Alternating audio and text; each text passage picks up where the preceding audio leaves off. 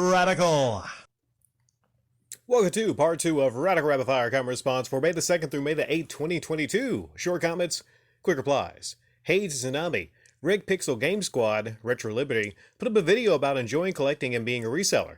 I thought resellers were vilified, but a lot of these retro gaming YouTubers I've watched over the years have slowly made things okay, from eBagging to now reselling. Well, people feel differently on reselling of items.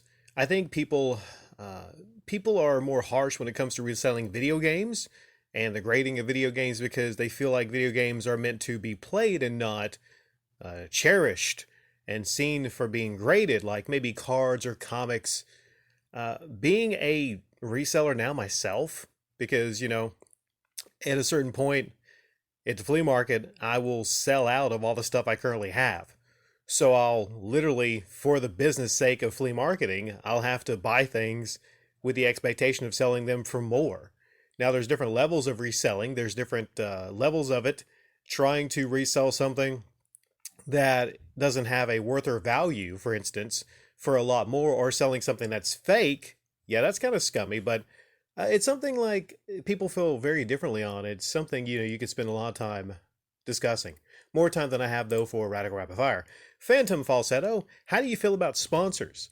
Well, generally how I feel about sponsors is, if you actually have a sponsor that you believe in, and it's a product you eat yourself or use yourself, even if you talk about like ball shavers, if you use the ball shaver and, you show pictures of it, but if you use the ball shaver and you believe in it and you feel that it's, helped your life, and I'm not sure, basically, if you believe in something, and if it's something offered at a fair, reasonable price, not like James Rolfe with the $400 Jode wood watches, for instance.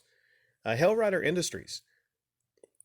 I follow a lot of people who have Patreon and eBay. Personally, I don't care about this. Well, I don't care about it when it comes to like eBagging like I used to. I used to actually really, really care about it, but I kind of moved on. There's people that care about it, and I think it's a percentage. Like, if you spend 95% of your time caring about something like YouTube eBagging, then I would say, arguably, you don't have much of a life. But when you gather yourself a life and you have other things to worry about or concern yourself with during the day, like, it's kind of like a balance. Like right now, I probably only 5 to 10% overall care about eBagging. I don't like it, but it doesn't mean like I personally care about it. I don't lose sleep over it. I mean, there's foods I don't like too, but I don't go, I don't care about, like life is short is what I'm saying. And I have this different perspective now than I did even years ago, that life is short, our time here is very limited, and it's getting yourself worked up over things that ultimately, I don't know. I just have like a kind of a different life perspective, I would say, now than I did years ago, just in general. Red Stress 97. I'm sure you already know this, but I highly doubt you would get much trim with a 94 Sentra. Just saying. Well, I've seen 94 Sentras fixed up, and they look absolutely amazing. I'm a firm believer in the modification culture, that you could take a base vehicle that maybe has some okay, decent looks.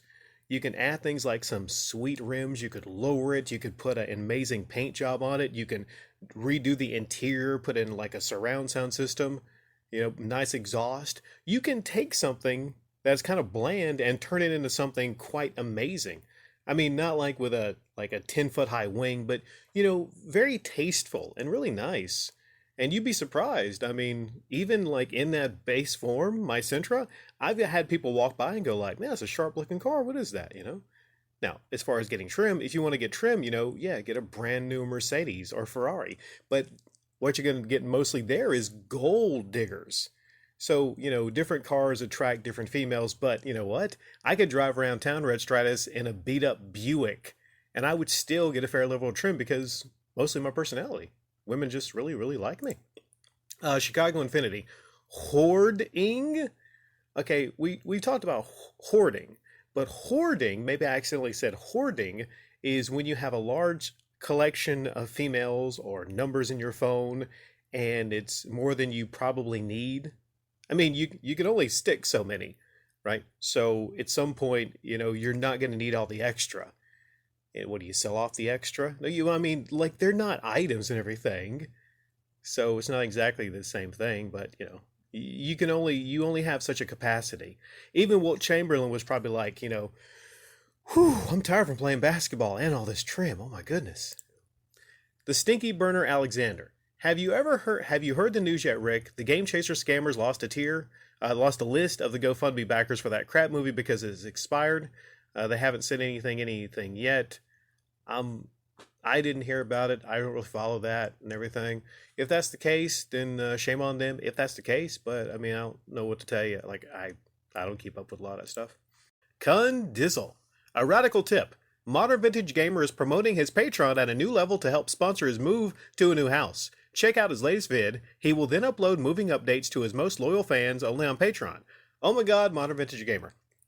Okay, when we talk about value when it comes to Patreon, I don't think that's a good value. Because if the idea is you're actually going to reward your patrons with moving update videos, moving update videos.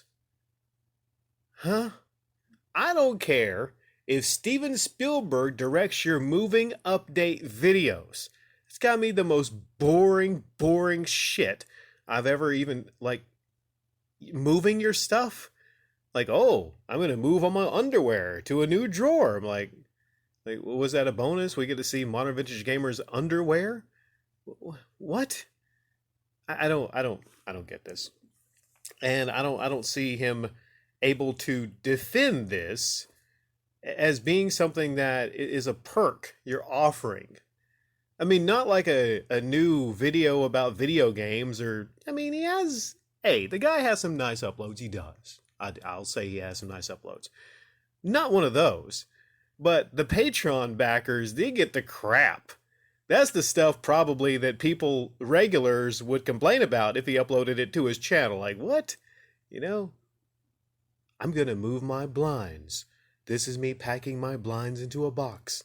Come on, get the fuck out of here.